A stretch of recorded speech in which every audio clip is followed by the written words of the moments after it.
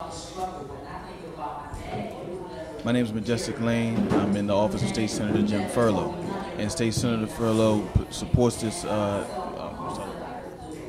all right, take two. Okay.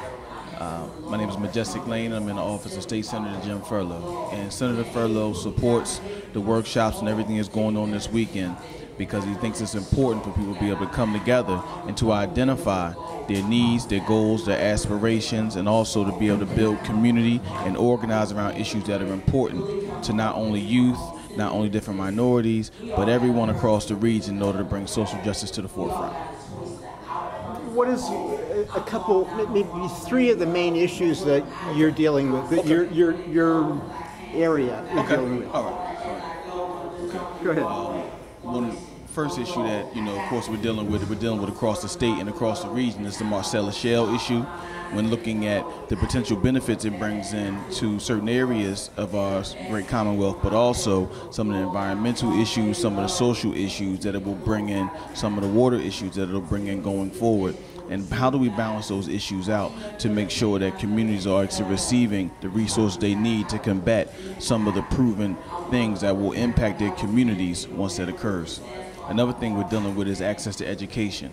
As you know, right now, the state of Pennsylvania has gone through a lot of education cuts, which is having a negative input and impact, and the greatest negative impact on schools that already didn't have a lot of resources. So it's about how can people organize around issues to make sure that the cuts in education don't have an undue impact on what's going on in many of the communities and to prepare the workforce of Pennsylvania for the 21st century and to power the region.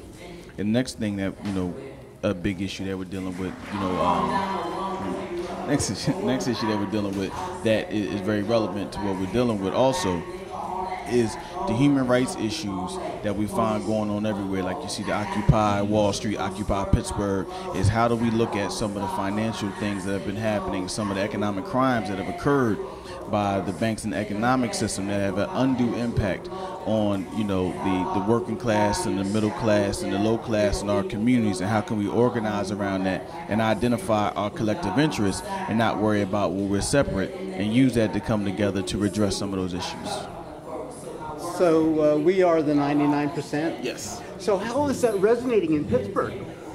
Well, we are the 99%. It's starting to have a large impact in the city. There's some organizing efforts.